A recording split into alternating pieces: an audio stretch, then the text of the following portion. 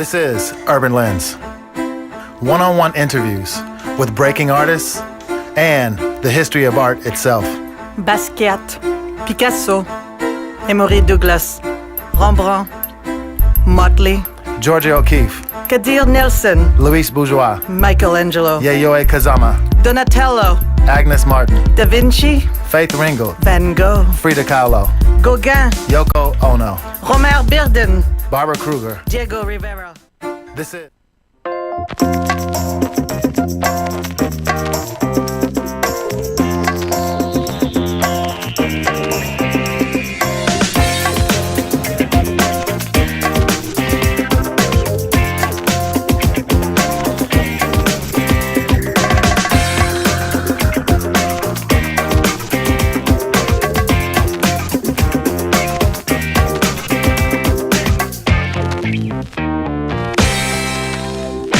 Good morning, everyone.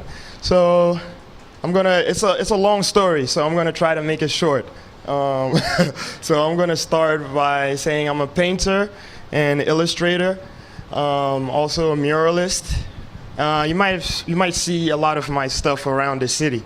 I can say I'm a painter and illustrator. I'm an artist, and do my little artist dance.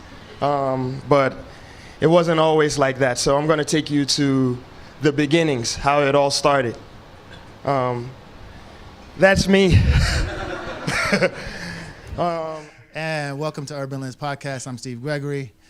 Joining me is an artist who creates superheroes and who is actually considered a superhero by plenty of people here in the district and worldwide. Today, artist Ania Khan Udofia comes off the wall right here on Urban Lens. Yes. Thanks, man. Thank you for having me. All right, let's get started. I have so much to talk to you about, brother. I appreciate you coming. I really do. Thank you for having me. It's always a blessing for me, someone who has gotten into doing this art podcast, who actually likes to show people around the world a different side of artists, kind of what inspires you, what's on your mind when you create. Talk about your new projects, and then, like we talked about earlier, talk about the business side of art. We're definitely going to get into that. Mm-hmm. But I want to start off and just kind of get people to know a little bit about you as a person.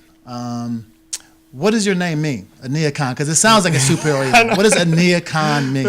So in my culture, I'm originally from Nigeria. I was born here in D.C., and then we moved to Nigeria, where I grew up. So my parents, in my culture, Ibibio culture, sometimes they name children after an incident. So they wanted, I guess, having a son is a very big thing. The first son is very important. So you're the first family. son? No, I'm the second child. So they had a girl first, and her name is Uruak, so it's like God's will. So when they had me, my name is kind of like an exclamation, like, oh, who could be greater than God? Or it could be translated as victory, Ah, okay.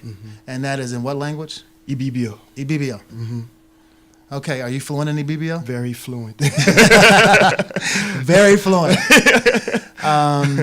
Okay, well that's interesting. I sense a pride in you saying very fluent. Yeah, because I was just off the phone with my family, and we just, it's always tricky when people, like, if someone witnessed me speaking it and they just look at me like, What was your formal education?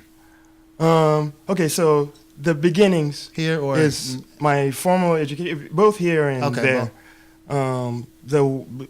I went to, I think, elementary school here, and then I went home and primary school, secondary school. Okay. And I came back here to do college. Okay. I wanted to ask you, do you remember the first time you realized you were an artist?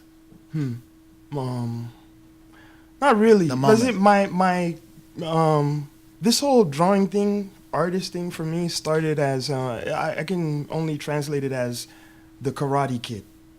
I think my parents, either they purposely or indirectly played psychological games with us. So when we were kids here in DC, they would push coloring books on us. It's what every parent does. Kids like to color, so they just buy them coloring books. So me and two other siblings, they would give us coloring books, and that distracted us for them to study. So I'm looking at all this stuff and I'm, just picking up. And so they would study and see that we are not really fond of like Mickey Mouse and them, but we were fond of the comic book characters like Batman, Spider-Man, and so on. So they kept pushing. Even your sister? Yeah, my sister can draw. My Was she a younger big brother, influence on you? Your older sister, as far as yeah, art? I mean that we always battled. So Right. like she draws, I draw. My younger brother after me draws, and the other two that grew up there don't. So because they weren't, that's not what they pushed on them. So that's how everything is kind of like Mr. Miyagi style. Because even when we went back home, and my parents were like, "Okay, you got to cut it off. Like you guys can't be drawing all the time." But what they did was, they would put me. I wasn't doing too well in school because I drew a lot. That's all I Right. knew I was interested in. What was your passion? So they would put me in science schools, chemistry, physics, and things like that. And the thing in biology is there's a lot of diagrams. So that was like art class for me. I'm learning the human structure, the skeletal system, and plus Drawing cells, Yeah. meiosis, plus mitosis. yeah, my classmates, who couldn't draw, it was like, Right. "Oh, can you draw my skeleton?" And Right. so I'm learning, so that's how it kind of built up to me, starting to do this. When it dawned, it never really dawned on me because I was using that I was kind of hustling the art thing because it got to a point where I would tell them like, "Okay, you got to pay me." It's not like they're paying me big money. It's just like maybe something I would say like around $1 or something like that per person. But I have 20 books, so that's like $20. Right. And no one in the school is making that much. Exactly. I'm just sitting there like, my spare time, drew a skeleton, push it over. I'm curious, how did the teachers feel about you drawing everyone's diagrams? They would tell, it wasn't something I was doing live in front of them. It's like, after school, everybody's like, "Oh, draw Right. my skeleton." Not like an Do you, exam. do you but have just any of for those notebooks. skeleton drawings left anywhere in the world? It's all here. That's interesting. So I guess my question to you, when I think about you as a child drawing these skeletons, do you remember the first piece of art that you created that you liked, that you said, "Wow, I'm good"? I was. You find that out with when you present it. So you draw. Like I drew a lot of superheroes. So when I would draw it, and again, comic books were banned in our house, because my parents wanted us to get serious. I mean, everybody was serious except for me, because I don't know. So lost was this my a mind. band? Was this a band of comic books, which is such an interesting band in itself? We could do a whole show on your parents' band of comic books, but was it a reaction to you being so interested in your kid and your Yeah. sister? It was a reaction to that. Yeah, because directly. the other siblings were straight. They knew to put it down and focus on studies and everything I did. My notebooks. My parents would say, "Oh, bring your notebooks. What did you do today?" And it's all this. So you had an drawings. addiction. You had an art addiction. It was so crazy because they would look and Right. So again, going back to that Mr. Miyagi thing, sometimes my mom would rip the drawings up Wow. in front of my face to kind of, I guess, discourage me. So, and sometimes she would seize them and put them in her room. So, we're cleaning the house one day and I'm like, "Oh, so this is where she's putting them." So I started drawing and putting them where she was seizing them, where So she was putting. to avoid the whole process. Yeah, of her so taking it. she can't tell if Right. if she put it there or if I put it there. So I Right. started doing things like that. Right. And so going back to your question, like, I drew a few things, I don't know. It's like everybody has that same background. You draw superheroes, and then all of a sudden, Bruce Lee was very famous, and it was about the hair, like how you can get the hair right and the pose and the pants, Bruce Lee from Enter the Dragon. So I'll say this. those were the times where I felt like I was close when you see the reaction. People go, "This is really cool," or sometimes someone stole it, and like, wow.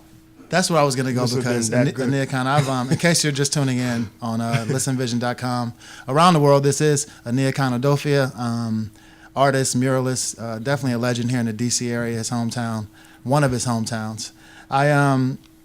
That I was gonna go there because you mentioned that some people would actually take your art, and it's in the admiration part where you see that you're an artist. Because I know I used to do the same thing you did, drew superheroes. Mine looked terrible. So there, you had to be a certain point where you're like, man, I'm actually pretty good at this, you know. Actually, and it comes from, I guess, people telling you, wow, that's great. Yeah, so you kind of, you know, it's just everybody needs attention, you know. So you know, you get your peers and other people saying, "Wow, this is really Feels good." But at home, it was like you got to stop doing this, you know. So there was, I don't know, somehow the drive was still there, and I'm very lucky that I was one of those people who still continued. Because most people, they would have quit. Like, I mean, come on, you sit there, and it's not like you have a skill set, so you're spending like hours on these drawings. You know, it's not an uncommon tale what you're talking about, as far as the dynamic between the artist, the young artist, and the parents. So that's a common dynamic that I've heard before. At what point did your parents say, "I give in"? He's an artist. I think it was after I got here, and my siblings started showing my parents, like, look. This is him with the mayor of DC. This is him. You had to be with the mayor, They gave him an award here, and Right. they did this, and it was like he's, you know, this is stuff he's doing. He's on this And magazine. they're like, man, he could have went to school, you know. Right. he could have went to school, and it's Right. funny how their idea. Well, my mom's idea was more like, okay, how about architecture? And I'm like, it's still drawing, you know. I'm gonna be drawing a lot. You know, that's still an art school. It doesn't change the fact that I'm going to be drawing and things like that, because would they, you know, there are no artists they know that are successful. Right. You know, they didn't, you know, they came here, they worked hard, they studied hard, and they had degrees that can be tangible. When they went back, they could get good jobs when they went home. They're looking at their first son, and it's like, you want to be what now? Like, what are you doing? Like, Right. They don't, because the kind of work I was doing there, I was getting back home was, I drew a lot of signs for barbershops and, you know, starting businesses. So they thought that's how your life would be. Like, you're going to see this guy, this kid grow up to become this guy who just street paints sign. signs. Right. Yeah. So they Right. didn't know, like, I was so far ahead because I was thinking my idea was I saw album covers. And in my teens, that's when it really, my mind was so set on coming here to do this that when I saw a Tribe Called Quest album cover, I saw Organized Confusion. And it was illustrated, it was drawn, Right. and it was drawn like there were superheroes. And I was like, this is what I want to do. Right. This right here. You know, and since then, you know, my mind was set. I didn't care what anybody was saying. I was like, I want to do this stuff. I want to do, you know, I flipped through magazines, Right. XXL, Vibe magazine, and I was like, yo, I want to illustrate for these magazines. And I actually did. Yes, exactly. Coming back here. It's interesting because when I think about people who are in your position, again, artists versus the parent dynamic, it's almost like it's hard to see, like you said, especially like I see a Nigerian parent and family, conservative as Nigerian families can be, saying that this is no way to make money, because they really push education. It's really Right. what Nigerians push. Right. They come here for education. You know?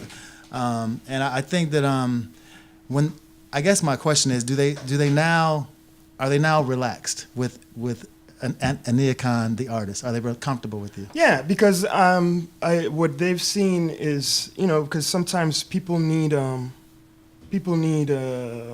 what is it? They need evidence. You know, you need to. That's why for me the title artist became something different completely. People need evidence. So if you can show, because you have this responsibility kind of hovering over you when you're doing things like this. You don't know whose child is watching you and wants to be, you know, do what you're doing. So now I guess they're more chill because they can see that, you know, it's like the siblings here. This is the proof. They know what I'm doing. Right. But those humble beginnings didn't make sense. Right. You know. So Right. now it's like I wasn't with the mayor of my town back home. You know, doing drawings. Exactly. You know, but this is the capital. This is Washington D.C. Right. And I'm working on projects. They Right. see I did the Octobus. It was a mobile tech lab, and I did a whole bus. It's you know. gorgeous. Yes. Yeah, thank you. It's gorgeous. And so when you see things like that, that's when it dawned on them, like, this guy is not playing. This Right. is not playing around out there. you Right. know. But there's still an underlying. I still want to see Dr. Nia Khan, right? Yeah, I know. Dr. Nia Khan, the artist. If anybody could claim a city, it would be you. You know, artist Guy had talked about artists' responsibility to the community in which they create. How you should reflect not only what your vision is, but also what the city reflects itself. But if anybody could claim a city as an artist, any city, it would be you and the nation's capital. Do you feel territorial about the new trend and the new boom, so to speak, in street art? Do you feel territorial? Because you can claim the city. Here in the city. Yes. I mean, I don't really. I love DC. I love the vibe here. It's like a medium vibe. It's not hyper. It's not too chill. You know. So I mean, technically speaking, you could say, oh well, you know, you can claim it. I mean, you have a lot of stuff. You have a lot of work. Yes, a lot of work. Beautiful work. Yes. A lot of. Thank you. I have a lot of work spread it out around the city. But for me, it's for. I've come to learn like that responsibility part where it's like, man, this belongs to the city. You know, it's not for me. So that's why you can feel the energy of it belonging to you when you're looking at those murals. You don't. There's not too much of me. Even the part of me that's in there when I put the pencils in there. Sometimes I've had people come up to me and say, "Oh, you don't have a pencil in this other mural here. Like, where are the pencils?" You know, so that has even become a thing. Their thing. Wow. Now, and that's what I feel like. That's how I feel because sometimes some muralists or some street artists or muralists don't consider the fact that I don't live here. You know, I don't live. You know, I live in DC, but I don't live on this block. So if I'm hired to do a mural on this block, it has to be something amazing that those people are going to wake up and see every day. And it has to, you know, what are the moods? So the consideration for one piece, even on a is neighborhood broken basis. down. Yeah, Wow. all the way down to mood. Wow. You know. Wow. That takes me to a practical question when it comes to mural artists. And I know you do both gallery work and mural art and illustrations, beautiful stuff, all of it. Thank you. But the maintenance, and this has to affect artists worldwide who do mural work. How do you maintain the beauty, the color, the richness over years and over time? Do you have to go back and touch it up? How is that done? Are you upset when you see something faded? Do you want to go back and get the ladder and get back up there and fix it? How does that work? Absolutely. So it depends on what the situation is, but my time. I definitely go and touch up some of the stuff that I work on.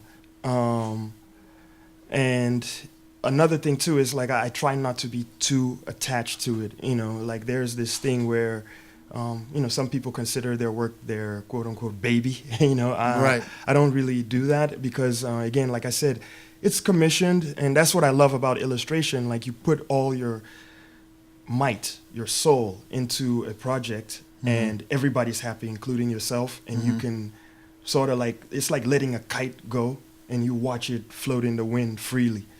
That's how these murals are. It's for the city. It's not my murals. You know, it's the city's murals. I live here.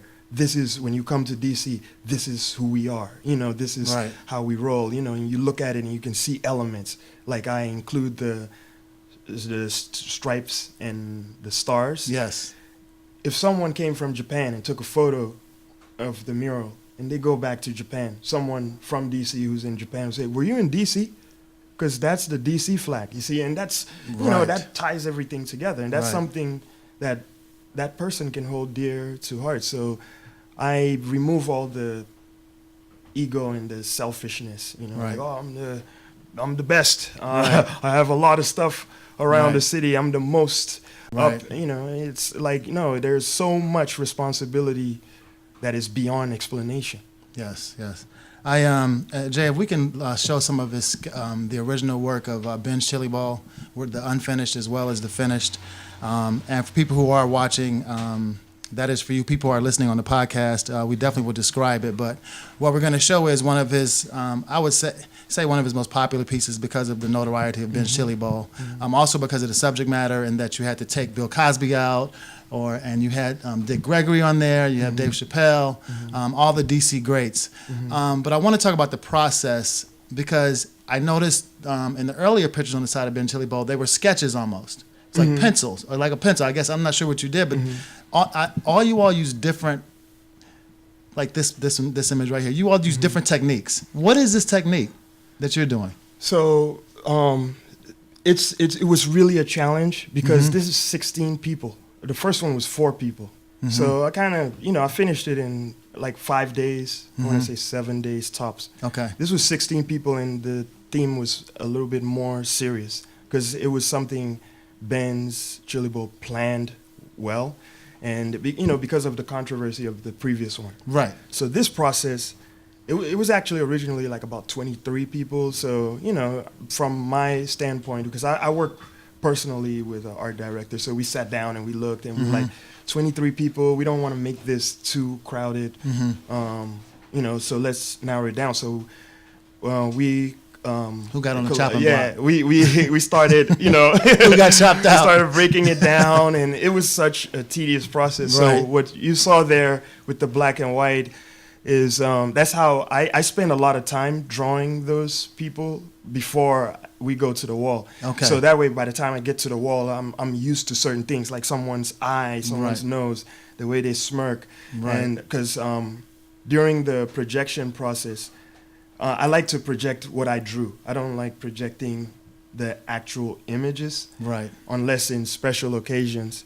Like I had to project Barack and Michelle Obama. I didn't draw those. It was like the time was short, so I didn't draw everybody. But the other ones, I definitely drew them myself.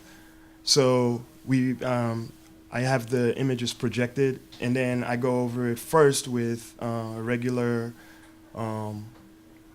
Brush and ink, brush and acrylic. So you don't use the can? I use the can. You do the can as well? comes in later. Okay. So, but the initial sketch, right. I like to sketch everything out. I basically build a mural like a drawing, like an illustration. Okay. So I have the drawing part first. So what you saw right now is like if it was a pencil sketch. Right. And then I start inking it in, and but I use a brush and acrylic, and I sketch out the characters just for placement to see how they are, and then stepping away from it in black and white, coming back the next day, and okay, now I can see it clearly. We and after the break, we are going to talk about your Reloaded project. Very interesting. I can't wait to hear about that. But I wanted to ask you before we get into one specific project. Jackson Pollock, one of my favorite artists, always says, well, not always says, he is quoted as saying. Every artist creates what he or she is. Every good artist creates what he or she is. If I was to say a neocon is this, what is a neocon?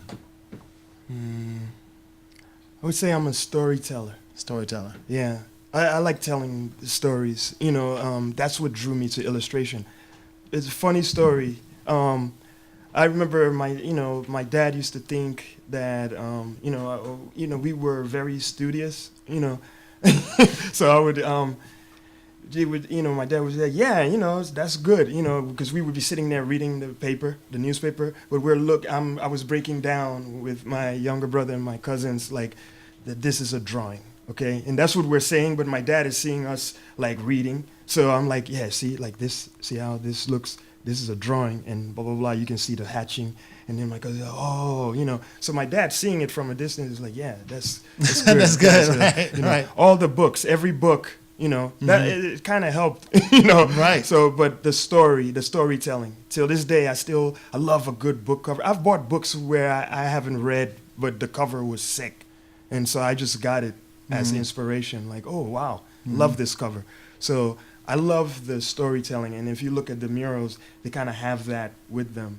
There's like a hint of the story, and some of the pieces, the character on the wall is looking directly at you, and some of them are looking away. But the one looking at you, it's this weird thing. It kind of pulls you in, like the Ben's Chilibo mural. Right. If you look at Prince, he's looking directly at you and pointing at you.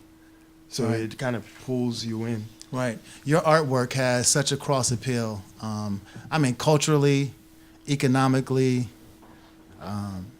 race. I mean, several people support your work in all type of stratifications in a human being. Like, I mean, I must say, I've got none but very incredible response about you being on it and how much people really love your work, how much they respect your work, other peers. Thank you so much. I'm really grateful for this, you know. And that just leads me, though, because it leads me to this question. Do you consider yourself creating black art? Absolutely not. You know, the boxes, you know, I'm creating art. I'm not creating black art. I'm not creating white art. I'm not creating DC art. You know, it's art. Art is the artist's way of expressing ideas. You know, and me being an illustrator, there's a narrative there. So someone can come from wherever, whatever race, and feel it. It doesn't mean they're not feeling it because I'm black. They're feeling it because there's something there that resonates with them. You know, so when we say black art, it's kind of alienating us from the vast major art world that is out there. You know, we don't call, like, okay, so hip hop, for example, we don't call it black hip hop, call it hip hop, and it's universal. You know what I mean? Right. So artists, if you're black, they like to say, oh, black art. So, you know, some people take on that mantle, but I don't like to. I feel like, you know, because when I was drawing, like comic book stuff, I wasn't like, oh, well, there's, you know, I can create black characters right now. I can create any character I want, you know. So, no, I don't see myself as a black artist. I just see myself as a painter and illustrator. I love what I do. I love painting and illustrating. As someone who has helped create the fabric of DC, and I mean that over the years, your work has, you know, Thank been you. in every magazine, been seen all over the world. You've helped create the fabric of this city. Thank you. From Marvin Gaye, Duke Ellington. How do you feel that now, not only are you a part of it now, but forever, Ania Khan will be a part of the fabric of Washington, D.C.? How does that feel? I'm just grateful. You know, it's not something. It's not okay. I would break it down this way. There's a Master Ace song, and it's called No Regrets. And he said, as a man, I'm doing what I was a boy doing. The only difference is now I get to eat from it. I never thought I would be known on the street from it. So, and you know, because the song is called No Regrets, so he says, if it's not one fan, it shows gratitude, and when they see me, they walk past with an attitude. Basically, I have no regrets, like I've done it, Right. you know. So, I feel that way, you know. I remember sitting in my room in Nigeria and looking with my younger brother, and I till this day, I guess that's what kind of motivated him, because he's a graphic designer. He also draws too. He has his own office, you know, like his production studio back home. I remember, okay, so Vibe magazine, the very first issue was a very thick issue with Method Man on the cover. It was 1,000 naira, 1,000 naira back home. It was Wow. sold, magazines like Vibe and all those, you know, they were sold in showcases. And I remember telling my brother, I'm going to buy Did you that buy it? magazine. Yes, and I still have it. I brought it back here. So I remember the look on his face like, is this guy crazy? You know, you just bought a magazine for 1,000 naira. You know what you can do with 1,000 naira? And I literally saved it. I would count the money and like, okay, I'm at 5 now. And he's just looking at me like, man, what's wrong with this guy? So now all of that makes sense. You know, and me, I never thought even, you know, you kind of go, I want to do this, but you don't know if you're going to do it or not. So when I started seeing my work in XXL magazine, I was working at CVS. And after I get off CVS, I work security overnight. But, you know, I was working also for XXL magazine, Frank 151 magazine, While You Were Sleeping magazine. And that time, you know, it's like kind of like you're in a dreamland. Like, is this really happening? It is surreal. It is a surreal so to go from that to now we're here and we're talking about murals. Murals were not on my mind at all. It's just, again, that Mr. Miyagi thing. It's like one day I saw people using spray paint, and I was terrified of spray paint because it's a very tough medium to master. So just developing the interest over time and learning it, and then like being here, it's like I'm so grateful that this is where it is, and I hope that I can be an inspiration to other people. You already are. Because art is Yes. a really tough profession. And we will talk about the business part after the break. I first want to ask you about your first mural in DC. Where was it, and who was it of? Your very first mural. Do you remember? Yeah, it was a mural at the Walter Pierce Park in Walter Pierce Adams Park? Morgan. Okay. And it was a woman named Katie Davis. She had a youth program called Urban Rangers. So I had done her logo. It's like a kid holding a bike behind them. Mm-hmm. Yeah. And she was like, oh, we want to put a mural in the court. It is the worst mural I've ever painted. It was like, I think 5 or 6 panels. Mm-hmm. And I Were you terrified?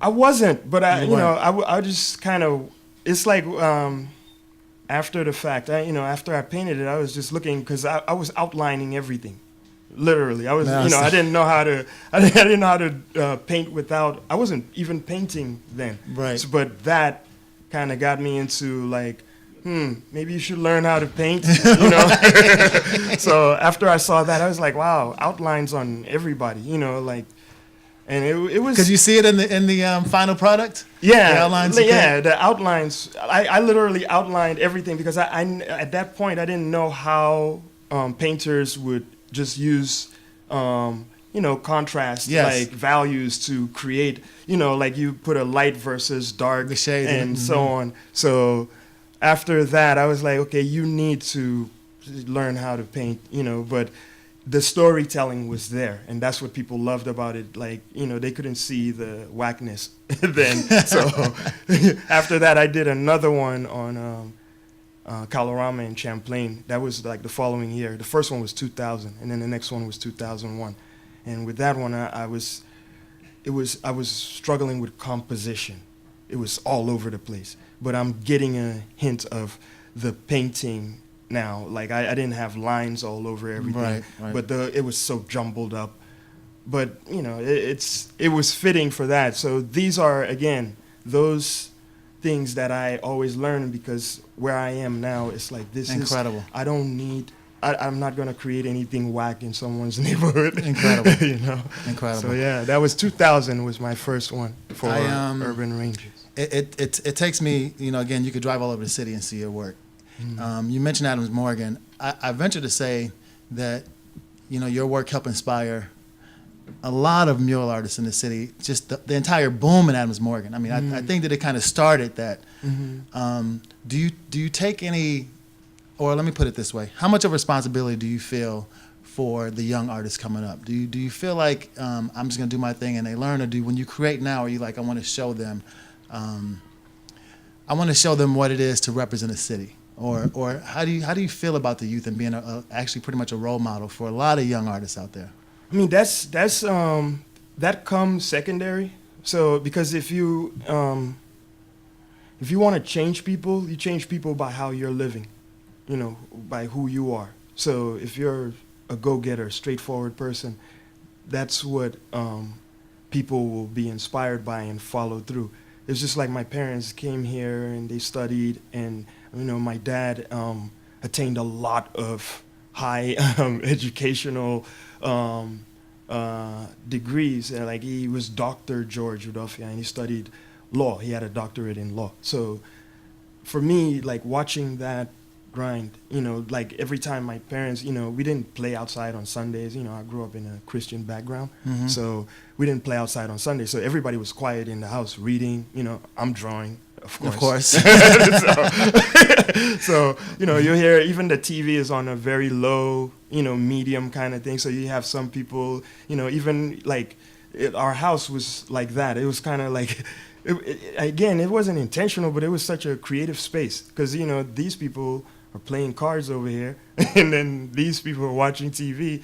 My dad is in the corner reading books or something like that, and my mom probably is reading also, and then I'm drawing. So there was always me growing up in that environment was inspiring. So I feel like in terms of the responsibility, you can't escape it. Once you do something solid, you're inspiring people. So I feel like for me, I love what I do already. So I'm always challenging myself. I'm always learning. So people will pick up those things.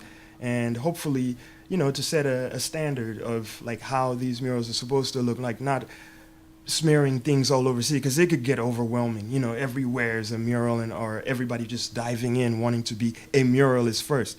And that's why I'm admitting, like, my very matter of fact, here's one. You can go to the Safeway on Columbia Road. That is a very awful mural.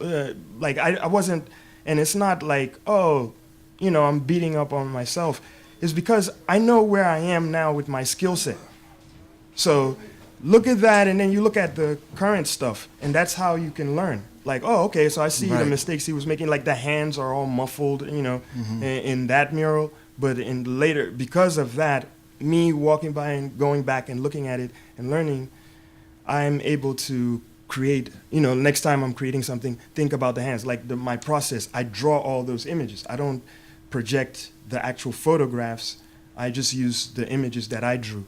And so that way I have more time to be able to improvise on the piece and make it mine. So hopefully, that information will go out there and someone will hear this and say, oh, okay, that's something I can learn from.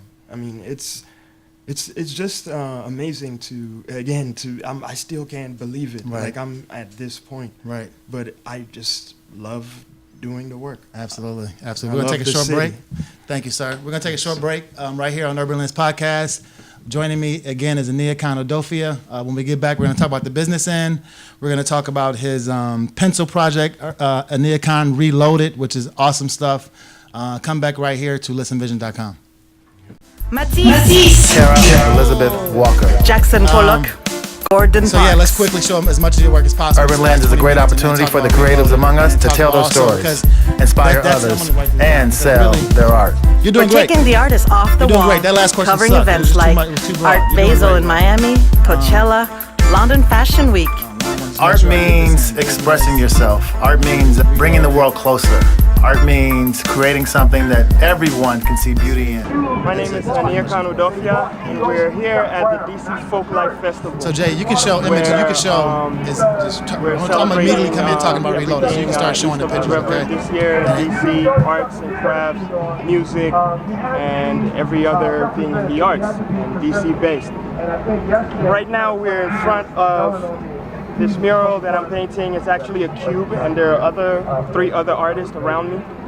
This particular piece is based off my latest rendition of a piece I call Reloaded. It's a concept I call Reloaded, and as you can see, she's holding up pencils here. And we're done at 655, right? I love media, but I'm also the idea is just to use a lot of bright colors. Again, as you can see in the piece behind me, a lot of bright colors, and express like this kind of subtle, meditative kind of feel to it. I started off yesterday working on it, And the whole today concept I'm of back. projection I'm is like here, crazy. So during you have the to do it rest at of the night. week, just touching That's what I up asked. on it. He was like projection. I was like, what do you mean? You're at Other night? things that I'm going to add to it. Yeah. So it's a work in progress. So it's one of those things you have to keep coming back to and checking it out as time goes on. To project it. Mr. Copeland have not seen his artwork on the billboard here. His artwork was presented for And welcome back to Urban Lens Podcast. I'm Steve Gregory, sitting here with Aniakon Odofia, who definitely is a DC legend, worldwide known for his murals. I'd like to see some of your stuff in Nigeria. That's the move. I'd like to see some of your stuff in Nigeria. So you came in talking about Reloaded, but first I also want to give thanks to Creative Mornings for the first video piece that we used in the first segment. Always love their work. But you came in this one, again, talking about Reloaded, Ania Khan. It's your new thing with the pencils, and we're going to have Jay show me some of that work. Talk to me about Reloaded and what does that mean? So, in a nutshell, Reloaded came about as because I work in series. I have a lot of series. So, I think about 5 I can think about: Reloaded, Return of the Shaolin Pencil, The Village B-Boy, and there's another one called It Was Written. I had a show called Can You Dig It, and that was just my love for blaxploitation movies and stuff, that style of that time. Okay, you got to come back. That's a whole nother show. You got to come back. That's 5 of them. But Reloaded came about as a way to inspire people, because a lot of people have blocks. There are some of us who are lucky to be able to, jump over those blocks, or we have systems that we have in place that we can kind of maneuver through it.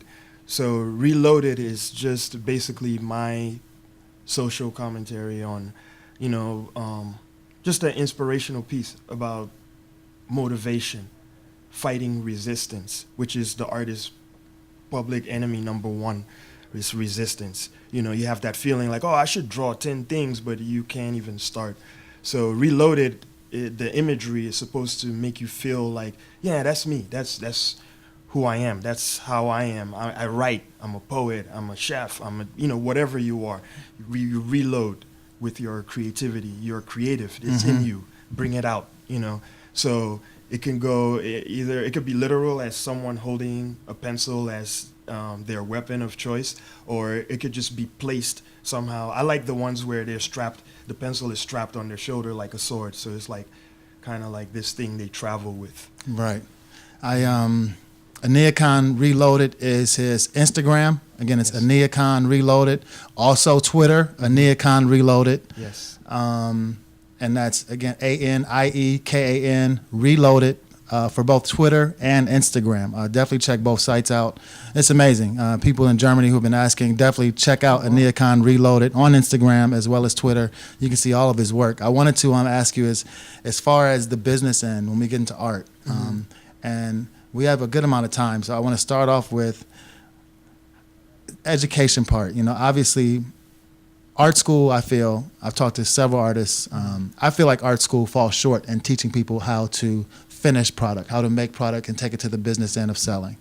How did you as an artist, obviously you've been successful on the commercial, creatively you've been successful, you've done magazines.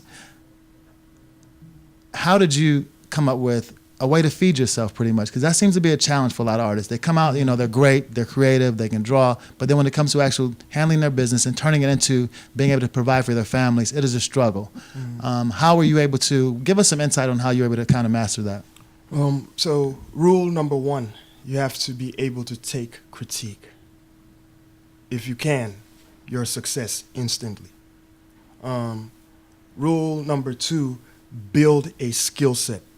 When you build a skill set and your work is, because the work defends itself, just like the truth defends itself. So your work defends itself. If you have a skill set, if you sit down and really think of what, because a lot of people do portraits. Every time, you can go on social media right now, people do amazing portraits, but it's the same thing. If I'm an art director and I just flip through, it's like, oh yeah, there goes another one of celebrity, insert celebrity's name. And it's like the same photo. Here's one. It's like Biggie with the crown tilted. Everybody draws exactly or paints exactly that same image, Biggie with the crown tilted. You try to break out of those and build a skill set. Like, how else do you see Biggie? What does Biggie mean to you? If Biggie doesn't mean anything to you, you don't have to paint him. Right. Because it's gonna show. That's what I had to learn. I used to paint these pieces and drip paint across the canvas and do stuff like that because I saw that's what lowbrow people were doing, and it didn't work for me. It did not. I had to draw and paint what I feel, and that's why I came up with those 5 series that I work in, so it narrows my focus. Now, as a business, you have a skill set. When you have a skill set, people reach out to you. And when they reach out to you, this is where it begins, because you have to learn about, it might be bumpy for some people. Like I didn't know that you needed a tier sheet. When I was going up to New York, I would show them my portfolio literally. And I was going up in there. I was so excited about going to New York. I went to Canal Street and bought chains and watches. And I would show up at the publication offices looking like a broke rapper who's trying to get his mixtape listened to. And that's what they kind of pulled me to the side, which I'm saying, like, you have to be able to take a critique. Right. So they pulled me to the side and they said, the reason why nobody's paying attention to you is because you come in here and you look like you're dropping off your mixtape. You have to come in here and look presentable. You have to come in here and know who you're looking for. You can't say, who can I show my art? You have to know that there's someone called an art director. And that's who you show it to. And, the presentation. And after schooling me on all that, I'm like, oh, yeah, thank you. And they're like, oh, by the way, your work sucks. This is not the kind of quality of work that is printable. And, imagine that kind of stab to the chest. Man, But at the same time, what they did was, after all that, they said, here's a bunch of stuff that you can look at. These are different artists. Look at their presentation. Look at their little cards and things like that. Look at this guy's postcard, for instance. Look at this guy. He has a whole sheet, but it's like divided in 4. And when these people drop these things off, we pin them in our cubicles because it's nice work. But anytime we need work, people just look up at their cubicle like, how about this guy? So what you're doing here, I wasn't doing that. So they schooled me on that, and that's how I started learning the business part. Like, it's beyond what anybody can imagine. It's like your appearance, your approach, your work, most importantly, because that's what you do. And that's what That's interesting. That's a very key point in the business part, because some people, they say, oh, well, I can paint better than this person, how come I'm not hired? And it's like, you go back and look at your work, there's no diversity there. You have Biggie with the crown tilted, and 50 billion people around the world are doing Biggie with the crown tilted. Now, the one person who's going to do something else is the one that will catch attention. I wanted to ask you, again, sticking to the business side of it, as a mural artist, and this has got to be a challenge for them because they don't, a lot of them don't translate to galleries. I do find that they're trying, which is great. What do you see the future of mural artists actually generating money from someone who's just a mural artist? Like, how would they generate some money to take care of their family? Because you can have some great mural artists who really don't translate well to the gallery, right? Who really have no concept. What kind of insight could you give them on to maybe try this avenue? I mean, with the murals, street art in itself, it's kind of like lowbrow to me. So some of the street art, you can make prints of it. Okay. But the most important thing, because I don't do street art, so I do murals, and these things are commissioned. Right. And it has to deal with I have to consider the communities that they go into. Right. It can't be anything like outlandish, Right. So I would say just build, like, change the scope. You know what I mean? This is what you do for a living. You build a skill set, number one, and you make sure your work is top notch. That means you can back your work. And now when people contact you, you can command the pricing. Okay. It's like, Okay. because when someone comes, if a particular artist, if they contact the artist, because sometimes the clients have no idea how the art world works or how to pay an artist. And a lot of times I get a lot of that. They say, this is our first time dealing with an artist. But it's like you've dealt with a DJ before. You've dealt with a musician before. And so when it comes to a painter, there's that moment where they don't know. Which could be a good and a bad thing. You could ask for a little bit more than you might normally get. Exactly. So understanding those things and knowing how your business works, and like the overhead, you're already considering that. So when you talk to the client, boom, boom, boom, boom, boom, that's what this is. And then for this side, this is what this is my skill set, what I'm bringing. If you have relevance, you mentioned that as well, you know. So when you understand that, that helps. So another thing too is creating pieces. You know, you can create mural pieces and create pieces that maybe are inspired by the mural you created. Like I have a lot of, that's what I'm currently working on, which we'll talk about later. So there are so many ways to do that, but I think That's smart. What are you putting them on?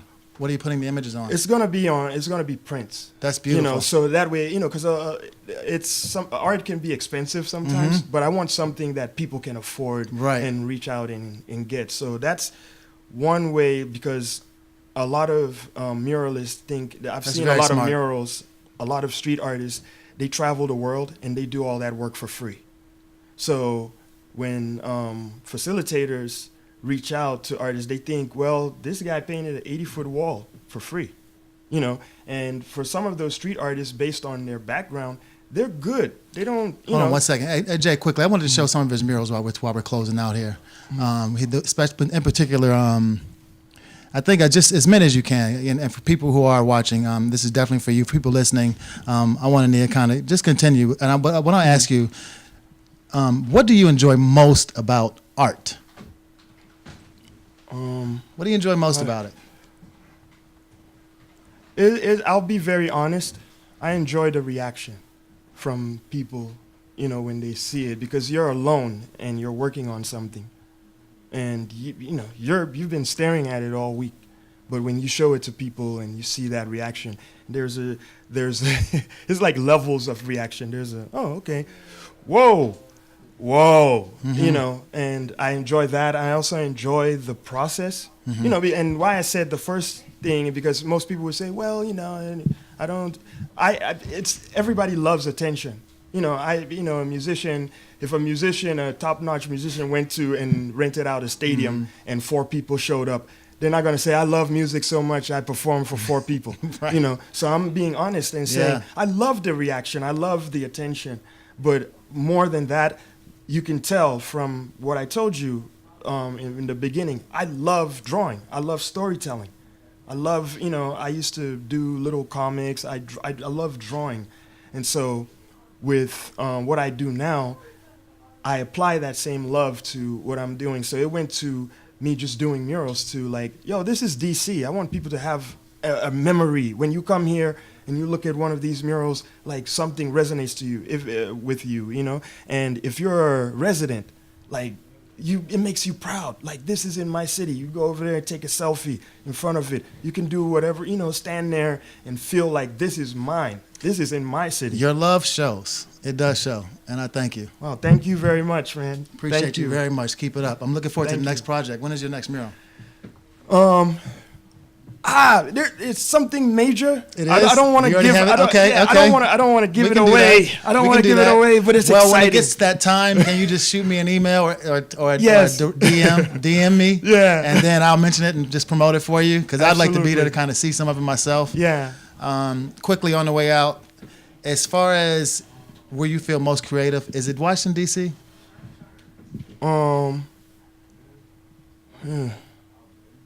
Where I feel creative, I guess I love, like I said, I love DC because it's not too hype like New York, and it's not too low like somewhere else, like say the countryside.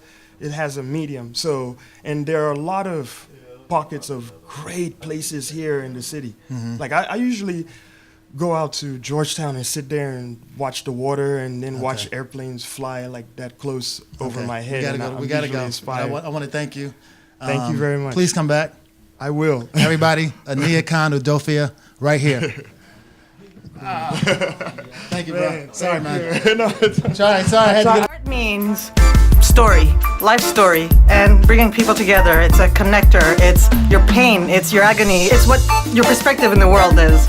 Art can be beautiful and art can be ugly. Beautifully ugly. This is Urban Lens. Urban Lens.